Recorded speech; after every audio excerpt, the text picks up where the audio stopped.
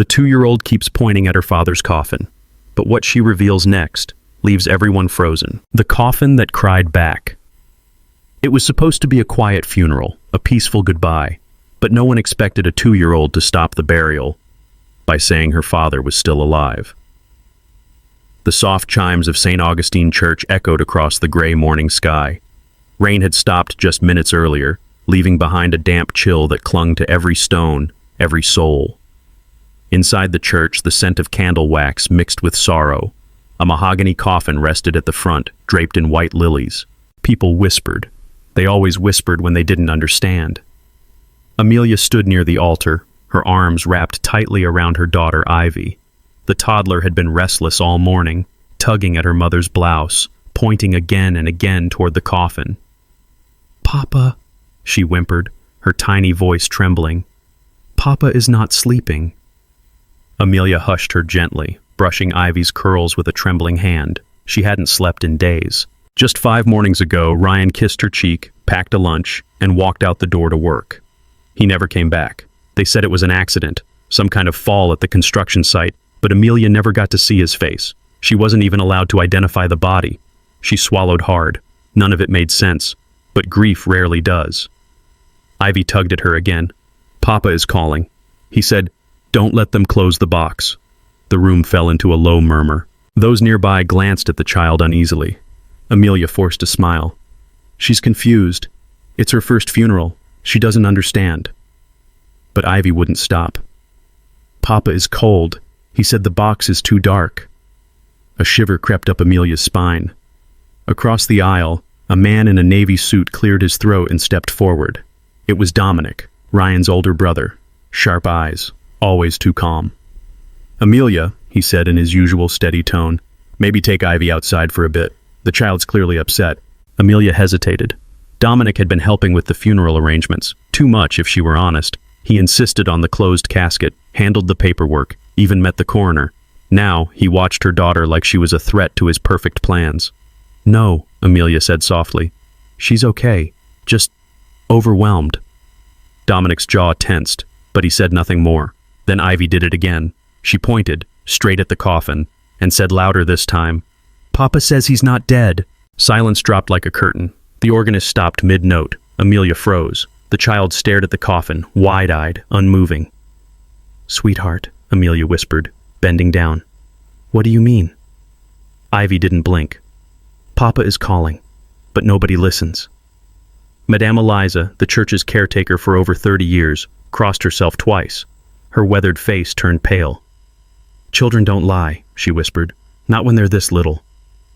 The air inside the church grew dense, heavy, like the walls were holding their breath. Then, a sound, so faint it could have been the wood creaking, or maybe something else.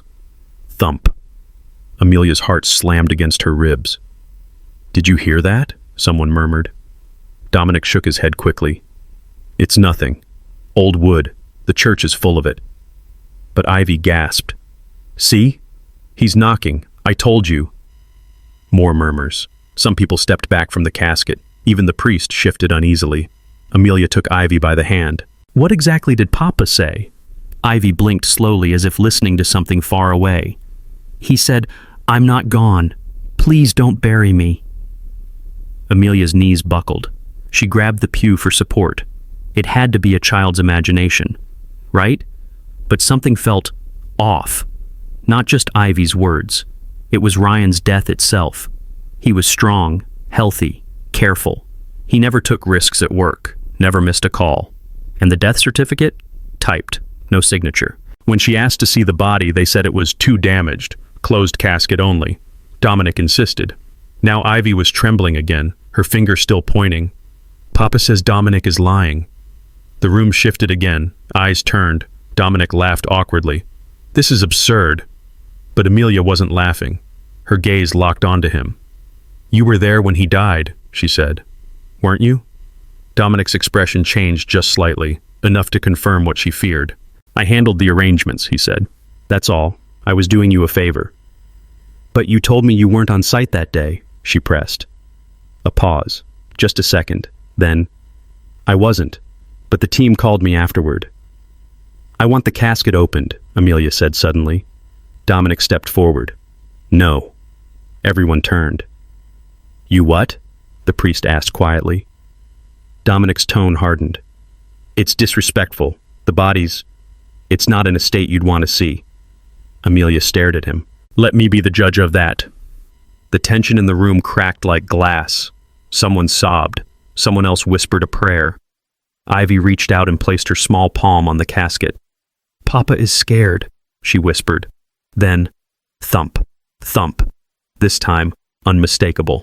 Gasps echoed. A man near the back cursed under his breath. Amelia looked straight at the priest. Father, please, if there's any chance... He hesitated. This is sacred ground, Dominic snapped. This is madness. But then an elderly man, George, a retired firefighter, stood up slowly. I've heard this before, he said. A man buried alive in '82. He knocked too. People began to stir. Fear, curiosity, hope. Madame Eliza stepped closer to Amelia. Child, if your heart says open it, then open it. Dominic moved toward the casket. No one is opening anything. George stepped in front of him. Then what are you afraid of? He asked quietly. No answer. Thump, thump, thump. Amelia's voice trembled. Ryan, if you can hear me, I'm here. The knocking stopped. Ivy smiled. He heard you, she said. Dominic's hands clenched into fists. This is insane. Amelia turned to the priest. Father, please, I need to know. After a long pause, the priest nodded. We open it. The truth beneath the lid. The moment the priest gave his solemn nod, the air inside St. Augustine's church turned electric. No one moved at first, as if the weight of what was about to happen froze them in place. Amelia slowly stepped forward, her hands trembling at her sides. She could feel every heartbeat echo in her ears, feel the sweat beginning to collect at her temple, though the church was cold. Her daughter, Ivy, clung to her leg, silent now, but her eyes were steady, filled with something that shouldn't exist in a 2-year-old. Certainty. George, the retired firefighter, stepped forward without a word, his old hands still steady from decades of emergencies. The man had pulled bodies from wrecks, from floods, from flames, but never from a coffin. Together, he and Amelia reached for the latches on the sides of the casket. Dominic spoke again. His voice was low, desperate. If you open that casket, Amelia, you won't like what you find. She turned to him, her voice firmer than it had been in days. I already don't like what I've felt. That shut him up. His lips pressed together. His fists clenched so tight the skin turned white. Father Jonas stepped forward and whispered a quick prayer under his breath. Latin words danced in the cold air, a ritual meant to protect the living from what they might uncover among the dead. But were they truly among the dead? The latch clicked, a sound so soft, yet it rang louder than the church bells ever had.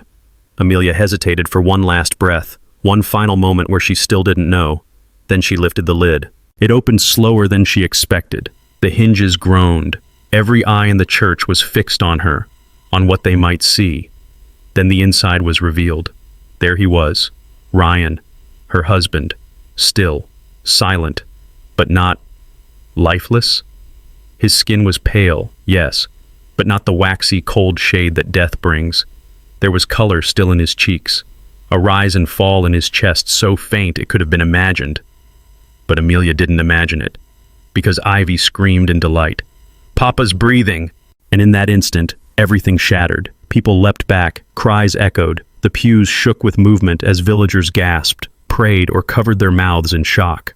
Father Jonas stumbled backward and whispered, Merciful God. Amelia fell to her knees, reaching for her husband.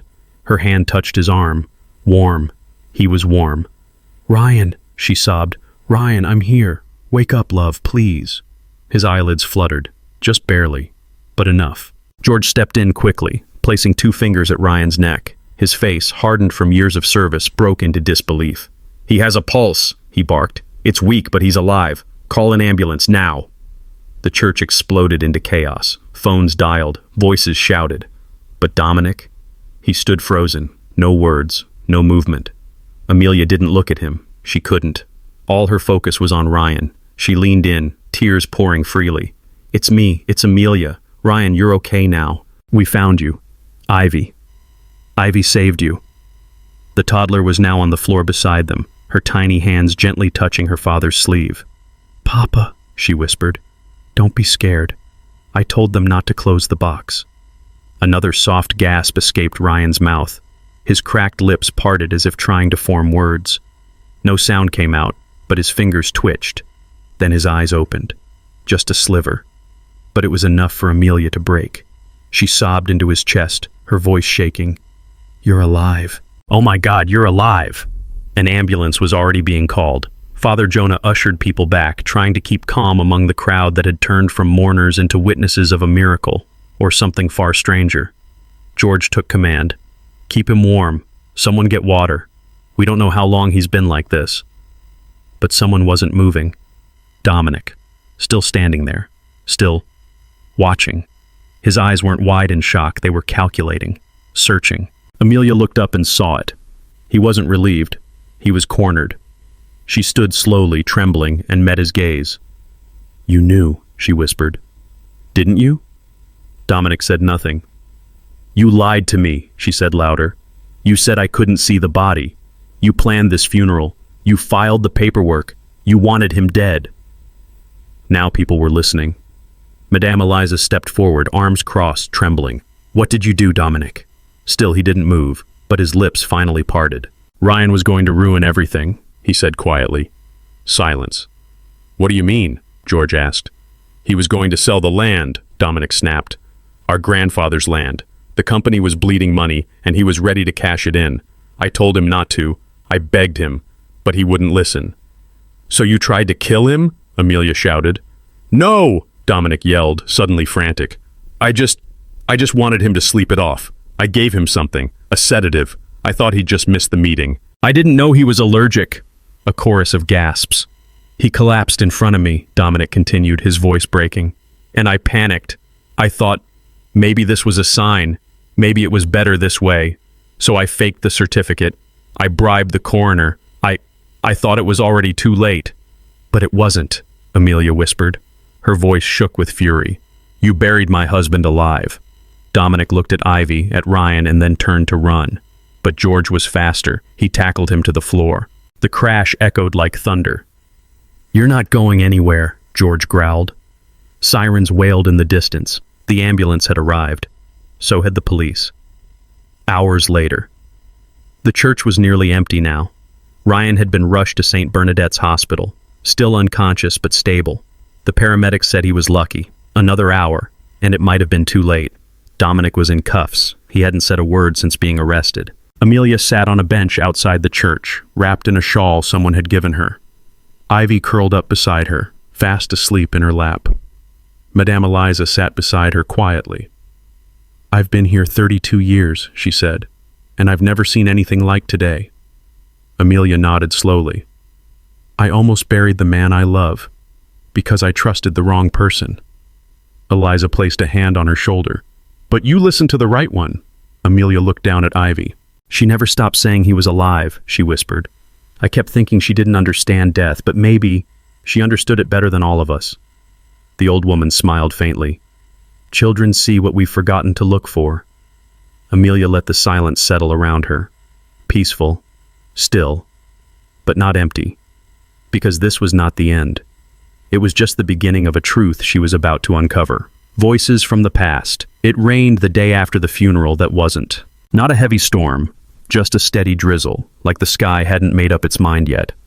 Like it too was in mourning. Or maybe finally breathing after holding something in too long. Amelia sat by the hospital window, watching drops race each other down the glass. Ryan had survived. That should have been the end.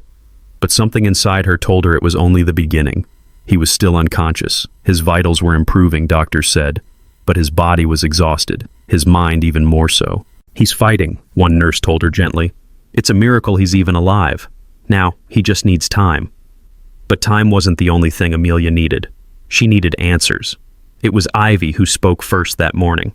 She sat on a plastic chair beside the hospital bed, humming a tune, soft, low, and familiar. Amelia turned toward her. That song, where did you learn it? Ivy looked up with sleepy eyes. Papa taught me. It's the one he always sings before bed. Amelia's heart clenched. She hadn't heard that lullaby in months. Ryan used to hum it when Ivy was still a baby, barely words, more like a melody tied to memory. I heard him sing it in the box, Ivy whispered. Amelia's breath caught. You heard him? Ivy nodded. Not with my ears. In here. She pointed to her chest. Amelia swallowed hard. This wasn't the first time her daughter had said something like that. But after yesterday, who was she to dismiss it? Did he say anything else? Ivy paused, thinking. Then quietly, he said, Find the letter, the blue book. Amelia blinked. What blue book? I don't know, Ivy whispered, but it has stars.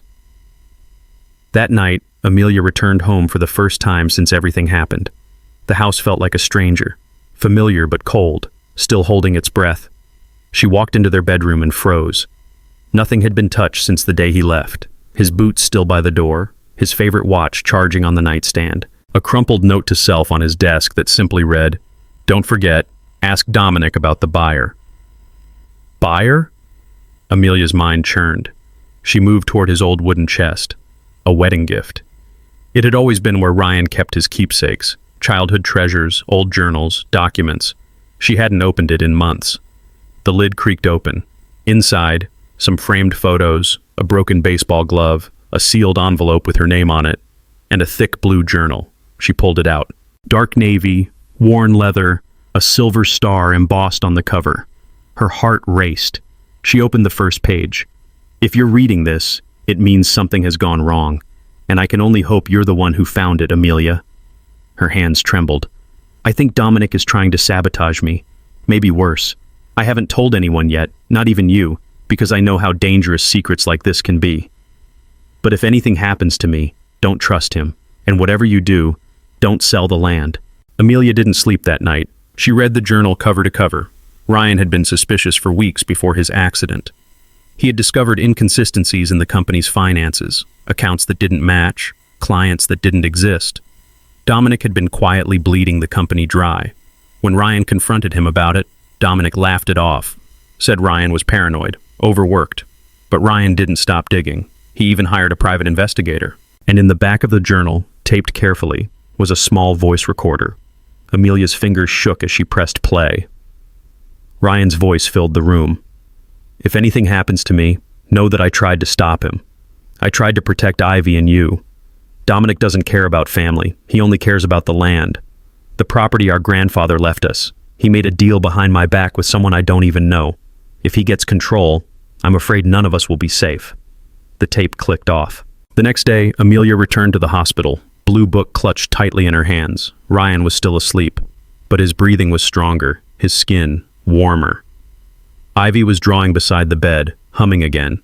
Suddenly, the door opened. Matthew stepped in, Ryan's oldest friend, loyal to a fault. A man who once drove 10 hours overnight just to fix Ryan's broken truck. He hugged Amelia tight. I just got back into town, he said. Heard everything. Couldn't believe it. She handed him the journal. By the end of the read, Matthew's face had gone from confused to horrified. We need to tell the police, he said. We will, Amelia replied. But first, I want to know who the buyer was, the one Dominic was so desperate to hide. Matthew nodded. I can check the office records. Dominic didn't erase everything. He's sloppy like that. Amelia smiled. I'm glad you're here.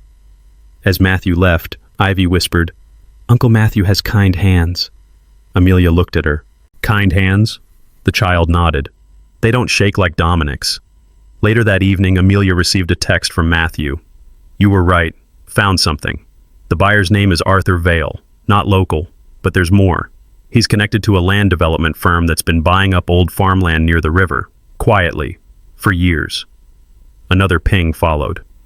This wasn't about legacy, Amelia. It was about a pipeline project, worth millions. Amelia looked at Ryan's sleeping figure. He had nearly died trying to stop something bigger than they'd imagined.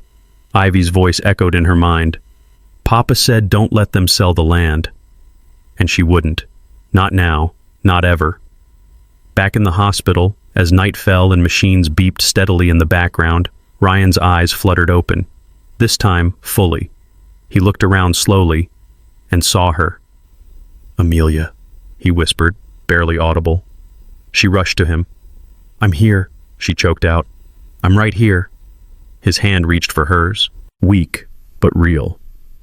"Ivy," he murmured. "She's safe," Amelia said. "She's the one who saved you." He closed his eyes, a tear escaping. I knew she'd hear me. Buried secrets and waking truths. The heart monitor's steady beep was the most beautiful sound Amelia had ever heard. Ryan was awake, still weak, still pale, but alive and conscious. She had watched over him for days, watched as the life returned to his skin slowly, as warmth filled his fingers again. Now, he looked up at her, eyes foggy but filled with recognition. "Amelia," he whispered. She bent over him, pressing his hand between both of hers. "I'm here," she said. "You're safe. Ivy's safe."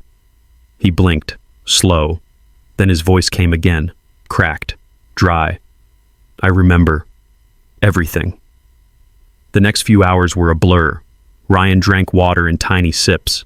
He struggled to speak but insisted on doing so. And Amelia, she let him. She didn't want to stop him, not when every word was a brick in the wall of truth. "They said I fell," he said hoarsely. "But I didn't." He paused. Breath. Then again. "Dominic. He brought me coffee, said he wanted to talk." Amelia's eyes narrowed. "You drank it?" Ryan nodded. "I didn't taste anything strange. But 15 minutes later, my legs gave out. And then? I remember the floor, the lights, and then blackness." Amelia reached into her bag and pulled out the blue leather journal. When Ryan saw it, he let out a shaky breath. "You found it." "Ivy told me to." A small smile tugged at the corner of his mouth. "Smart girl. She said you were calling her." "I was," Ryan said quietly. "In my head. I couldn't move, couldn't scream. But I thought about her, about you. I kept thinking, if anyone would hear me, it'd be her." A long silence. Then Amelia whispered, "She did." Meanwhile, Matthew had spent the last 2 days digging deeper. He was good with computers, a habit from years of running logistics for construction firms. He'd hacked into old financials, recovered deleted contracts, and pulled receipts that Dominic had tried to erase. What he found made his blood run cold. A deal, months in the making, with a shadowy investment group based in Denver. The face of it all, Arthur Vale. The name wasn't familiar.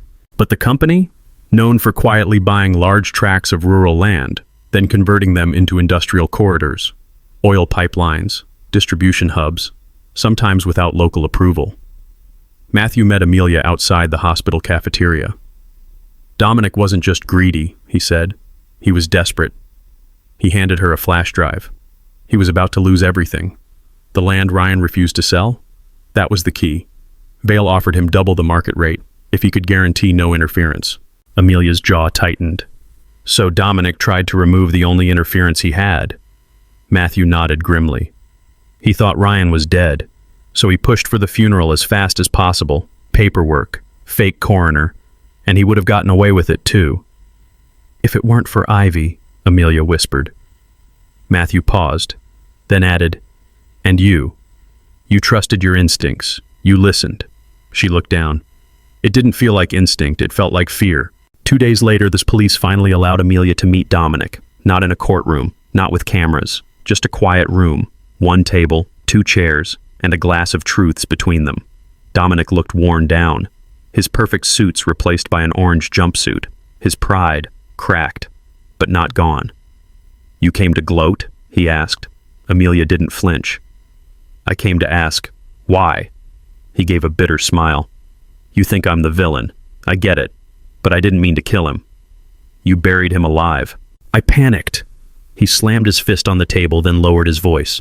"I made mistakes. But you have no idea what it's like to watch everything slip away, to carry a legacy on your shoulders. You think this land was sacred? It was a curse." "No," Amelia said, her voice even. "You were the curse." Dominic leaned forward, teeth clenched. "They would have paid enough to fix everything. You and Ivy would have been rich." Amelia didn't blink. "We were already rich. We had love. We had peace. You traded all of that for desperation." He looked at her, searching for something, but she had no more to give. When she left the room, she didn't look back. At the hospital, Ryan was recovering faster than anyone expected. He asked to walk, to write, to see the sunlight again. But there was one thing he wanted most. "I need to talk to Ivy." Amelia smiled. "She's been waiting." They wheeled him outside into the small hospital garden. Ivy sat on a bench, her arms hugging her favorite stuffed rabbit. When she saw him, she ran, fast and wild and without hesitation. "Papa!" she screamed. Ryan opened his arms and she crashed into him. "I missed you," she sobbed. "I missed you too, my brave girl," he whispered. "You were inside the box," she said. "But I heard you." "I know," he said. "You saved me." That night, after Ivy fell asleep in Amelia's arms, Ryan sat by the window of his room. He stared at the stars. "You know what scared me the most?" he asked softly. Amelia turned. "That I wouldn't be remembered the right way. That Ivy would grow up thinking I just left." She crossed the room, took his hand. "She'll grow up knowing her father fought to protect her, that he trusted her more than anyone, and that she saved him, because their hearts were connected." Ryan looked at her, and for the first time since waking up, he cried. Not from fear, not from pain, but from the deep, overwhelming gratitude that life had given him a second chance, and this time he wouldn't waste a single breath. But the story wasn't over, because Amelia had one last thing to do. She reached out to a local journalist, Evelyn Pierce, known for digging into land corruption cases. Together they began building a report about the forged documents, the false coroner, the land buyout, the almost perfect murder. Evelyn listened, wide-eyed. "This could shake the whole region," she said. "People need to hear this." Amelia nodded. "Then help me make sure they do." Echoes, inside the coffin. 3 weeks had passed since the funeral that never was, since Ivy's trembling voice saved a man thought to be gone forever. The media called it a miracle. The doctors called it impossible. But Ryan, he simply called it a second chance. The courtroom was packed. Dozens of journalists, locals, strangers, people who just wanted to see the man who had tried to bury his own brother alive. Dominic Jimerson stood in the defendant's box, no longer polished and composed, his suit wrinkled, his stare hollow, his lawyer tired. On the witness stand, Amelia spoke first. Her voice did not waver. "I trusted him," she said. "He handled the funeral, told me not to look inside the casket, and I listened. I nearly buried my husband alive, because of him." Murmurs rippled through the room. Next came George, the retired firefighter who had helped open the coffin. Then the coroner who admitted to taking money in exchange for silence. The prosecutor laid everything bare. The sedative, the fake documents, the forged signatures, the land deal, the motive, and finally, Ryan took the stand. Every camera lens pointed his way, but he didn't flinch. He spoke slowly, honestly. "I remember the moment I collapsed," he said. "I couldn't move, couldn't breathe, but I was aware. I heard voices. I felt my body being moved." He paused, looked directly at Dominic. "I heard you say, 'This is cleaner than I thought it would be.'" Gasps. Dominic's lawyer objected, but it was too late. The words had already settled into the jury's minds like fog. Ryan continued, "You didn't even check. You assumed, and you left me in the dark." Literally. After court, the media swarmed. Evelyn Pierce, the journalist Amelia had contacted, published a scathing expose titled "Buried Alive, A Brother's Betrayal and the Silence of a Town." It went viral in hours. But behind the applause and justice, something deeper stirred. Because Ryan was changing. It started with the dreams. The first came a few days after the trial began. Amelia found him curled on the bathroom floor, sweating, trembling. "I was back in there," he whispered. "In the coffin?" He nodded. But this time, it was different. Different how? Ryan stared at the tiles. There was someone else inside. At first, Amelia thought it was trauma, post-burial PTSD, perfectly understandable. But the dreams kept coming. Ryan woke, gasping, screaming. He spoke of whispers in the dark, of a cold presence, of something that watched him while he was buried. At first, he believed it was hallucination, oxygen deprivation. But one night, he woke up clutching his chest, nails dug into his own skin. Amelia begged him to talk to a therapist. He agreed. But after 2 sessions, he refused to return. "I'm not crazy," he said. "There was something in that coffin with me." Meanwhile, Ivy became quieter. She stopped humming, stopped drawing. She stared out the window at night, her small eyes searching something beyond the glass. Amelia asked what was wrong. Ivy answered, "Papa didn't come back alone." Amelia didn't know what to think. Her daughter had always been intuitive, sensitive. But this was something else. She tried to stay logical, tried to focus on the court, on justice.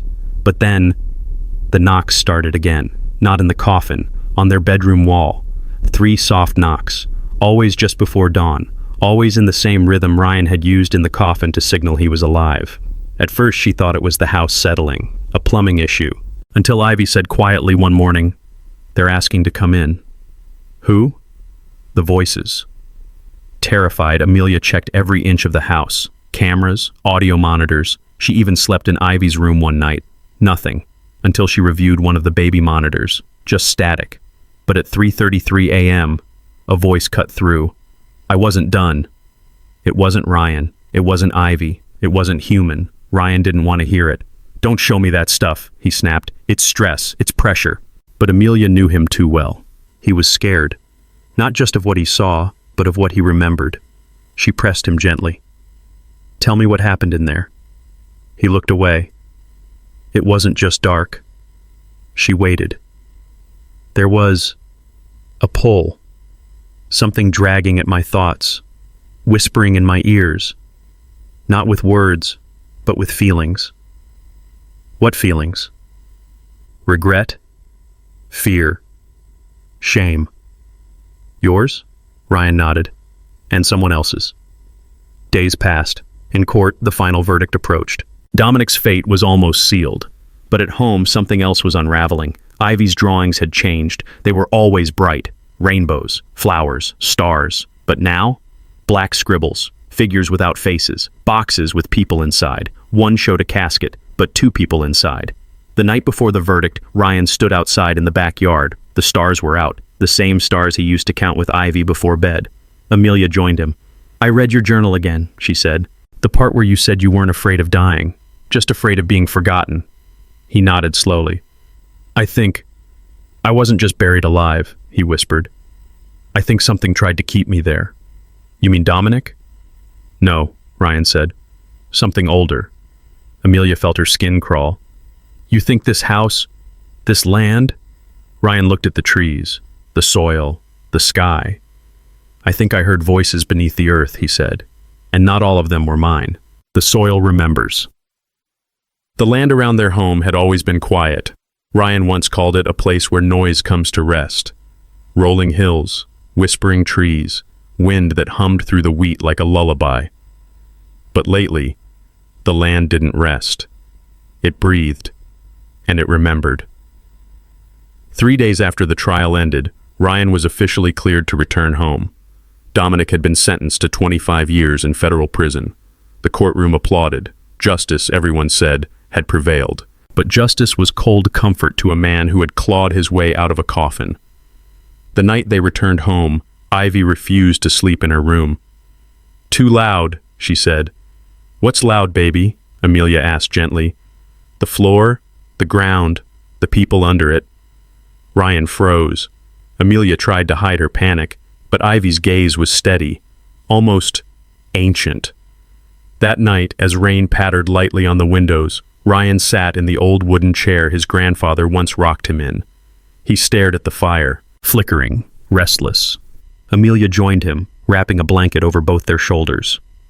"I keep asking myself," he said. "Why me?" She looked at him. "Why did I live?" Ryan continued. "There are people buried every day. No miracles, no rescue. Why did I come back?" Amelia's voice was soft. "Because you weren't done." He turned toward her. "But what if I wasn't meant to come back? What if something pulled me out? Not just Ivy's voice, not just the knocks, but something older?" The next day, Ivy dug a hole in the backyard. Nothing unusual, just a toddler playing in the dirt. But when Amelia looked closer, her breath caught. Buried just below the surface, Ivy had uncovered a rusted metal box. the kind people once used to store family keepsakes. Amelia opened it. Inside, a locket with initials E.J. A dried flower pressed into a page of a Bible, a photograph, a man standing by the same oak tree still in their backyard, and a letter, faded, torn. "To whoever finds this," it began, "know that this land carries memory, and memory never dies." Amelia took the letter to Father Jonah, the priest who had been there at Ryan's funeral. He read it twice, then looked up at her with solemn eyes. "I know this handwriting," he said. "This belonged to Eleanor Jimerson, Dominic and Ryan's great-grandmother." Amelia blinked. "From the 1920s? The priest nodded. "She was known for hearing things. People in town said the land spoke to her, that she kept journals. Some thought she was mad, others said she was gifted." "Like Ivy?" He didn't answer directly. Instead, he said, "There's more to this place than just soil and trees. Sometimes, land remembers what people forget." Ryan, meanwhile, couldn't sleep. He had taken to writing again, filling pages with fragments of dreams, feelings, shadows he couldn't name. He told Amelia he wasn't afraid, but he lied. He was terrified. Because in his dreams, he wasn't alone in the coffin. He wasn't even the first to be buried there. He saw flashes, another man, a different time, scratching at the lid, his mouth sewn shut. That same week, Ivy began drawing again. Not just dark figures this time, but symbols, repeating patterns, circles within circles, trees with roots stretching down into skulls, and one recurring shape, the star. Amelia found it carved into the old oak tree, etched deep long before their time. A six-pointed star enclosed in a ring of wheat. She took a picture, showed it to Father Jonah. His face paled. "That's not a star," he whispered. "That's a sigil, a seal, from pre-Christian markings used to protect land, or trap something beneath it." "Trap what?" He looked at her. "I don't know, but someone wanted it contained." One evening, as the wind howled louder than usual, Ivy came to their room, dragging her blanket. "Can I sleep here?" she asked. Amelia lifted her onto the bed. "Did you have another bad dream?" Ivy shook her head. "I didn't sleep. I was listening." "To what?" Ivy whispered. "The voice under the tree." Ryan sat up straight. "What did it say?" Ivy's lips trembled. "It said, 'You took his place.'" The next morning, Ryan walked alone to the oak tree. The air was heavy, still. He knelt by its base, fingers brushing the dirt. He didn't know why, just that his hands needed to move. He dug, only a few inches, until his fingers struck wood, a small box. Inside, a journal, identical in style to the one Amelia had found, but this one was older, worn, water-damaged. He flipped through pages filled with frantic handwriting. "The boy hears it too. The land wants something. One must stay below so the others may live." At the very end, one sentence stood alone. "The coffin is not the prison, it is the door." That night, Ryan told Amelia everything, about the dreams, the voices, the box, and how, in the quiet, he sometimes felt something inside him. Listening. Not memories, not fear, but a presence. Amelia reached for his hand. "We were never just fighting Dominic," she said softly. "We were fighting silence, secrets, and something older than both of us." Ryan looked at Ivy, asleep between them. "We need to protect her." "We will," Amelia said. But even as she spoke, outside the window, the wind carried whispers. Whispers in a voice no one had spoken aloud for generations. And the soil listened. The forgotten right. It began with the tree, the old oak in their backyard, tall, timeless, a symbol of home, of legacy. But now, it was something else. A marker, a monument, a warning. Ryan hadn't slept for 2 nights, not because of dreams, because of what he had read in the second journal. The coffin is not the prison, it is the door. That phrase haunted him. It didn't make sense, until it did. He found himself staring at the soil as if expecting something to rise from beneath it. And maybe, a part of him feared it already had. Amelia, meanwhile, had gone back to St. Augustine's church. She requested access to old family records, parish logs, baptism books, funeral notes. Madame Eliza helped her dig through boxes of handwritten ledgers dating back to the late 1800s. Then, tucked behind a water-stained hymnal, they found it. A list of names offered, each decade, one name, each tied to the Jimerson family line, each marked with the same symbol Ivy had drawn, a six-pointed star inside a ring of wheat. Amelia's stomach twisted. Offered to what? She asked. Eliza whispered. There were stories. That the land demanded a life, every generation, to keep it fertile, to keep it quiet. A ritual? No, Eliza said. A bargain. Back at home, Ryan walked the edge of the property. He traced the old fence line, counted the stones laid down by his great-grandfather. Every few meters he noticed them. Marks, symbols, etchings in the stone, not random. Containment, direction, alignment. His hands brushed one of the stones, and a shock pulsed through his arm like static, but deeper. And then he saw it. A stone well, hidden beneath ivy and time. Not on any map, not in any memory. He pushed the vines aside, looked down. It was dry, but not empty. That night, Amelia brought home the document. Ryan read it in silence. 10 names, all male, all died young, all buried on Jimerson land. He looked at Ivy, asleep again in their bed. She hears what they heard, he said. Amelia nodded. And she's not the first. Ryan rubbed his temple. This land, it's been fed for generations. With people? She asked. He didn't answer, because they both already knew. Ivy woke, crying at 3:07 a.m. Someone's stuck again, she sobbed. He's scared, he's alone. Amelia held her tightly. Who is it, baby? But Ivy only whispered, His name is Elias. Ryan's heart stopped, because Elias Jimerson was his great-uncle, and he disappeared when he was 16. Officially, he had run away, but Ryan remembered his grandfather never talked about him. Now Ivy whispered again. He says, he didn't run. They returned to the old well the next morning. Ryan lowered a flashlight tied to a rope. The light reached the bottom, revealed earth, rocks, roots, and bones. Not animal, human. He called the police. Forensics confirmed. A male, estimated 16 to 18 years old, buried nearly a century ago. When they confirmed the dental records, Amelia collapsed onto the porch. Elias had never run. He'd been buried alive, just like Ryan, only no one had heard him knock. A historian contacted by Evelyn Pierce joined them 2 days later. Dr. Lila Crow, specialist in Appalachian ritual folklore. She reviewed Ivy's drawings, the star, the sigil, the journal entries, and the soil. This isn't a haunting, she said. It's a pattern, an ancient pact. Some cultures believed that certain lands held a spirit, not evil, not good, just hungry. Ryan looked at her. Hungry for what? Balance, she said. The land is like a scale. When the family takes too much, it demands something back. Amelia shuddered. So what happens now? Dr. Crow paused. That depends. Has the scale been balanced or tipped? That night, Ivy walked out of her room on her own.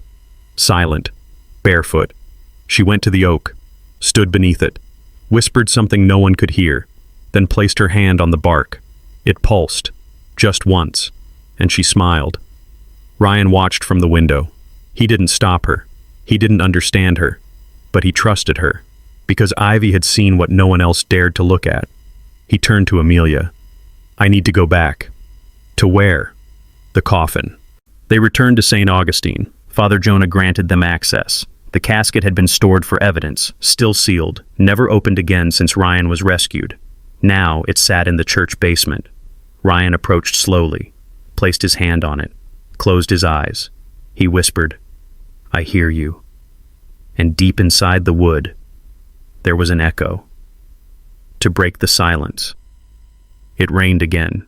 Not the cold, whispering rain of morning, but something different, cleansing, heavy. Like the sky had finally chosen to cry the tears that generations had held back. The casket sat in the church cellar, unopened, untouched, until now. Ryan ran his fingers along the grain of the wood. He remembered the silence inside, the pressure, the way time didn't exist down there, and the voice that wasn't his. I need to open it, he said. Amelia and Father Jonah stood behind him. They didn't try to stop him. "I think someone's still in there," Ryan whispered. "Not physically," the priest said gently, "but in memory, in pain." "No," Ryan replied, "in waiting." He lifted the lid. Inside, nothing but the sheets he'd once been wrapped in. But it wasn't empty. It felt occupied. A sudden chill filled the room. Ivy stepped forward. She shouldn't have been there, but she was. She looked inside and whispered, "Elias, you can go now."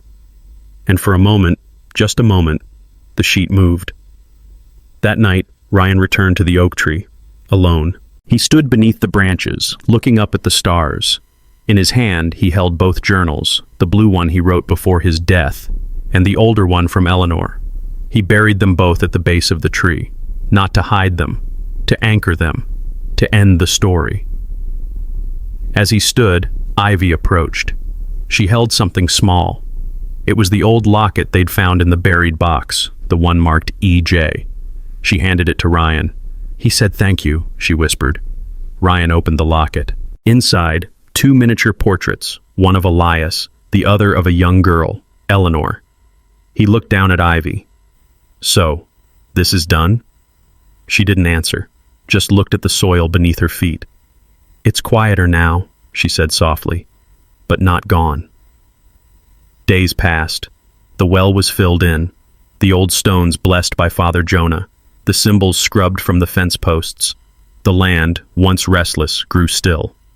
Ryan smiled again, not forced, not hollow, but whole. He started working the soil again, not to control it, but to honor it. He built a small garden, planted new life where secrets used to grow. And Ivy?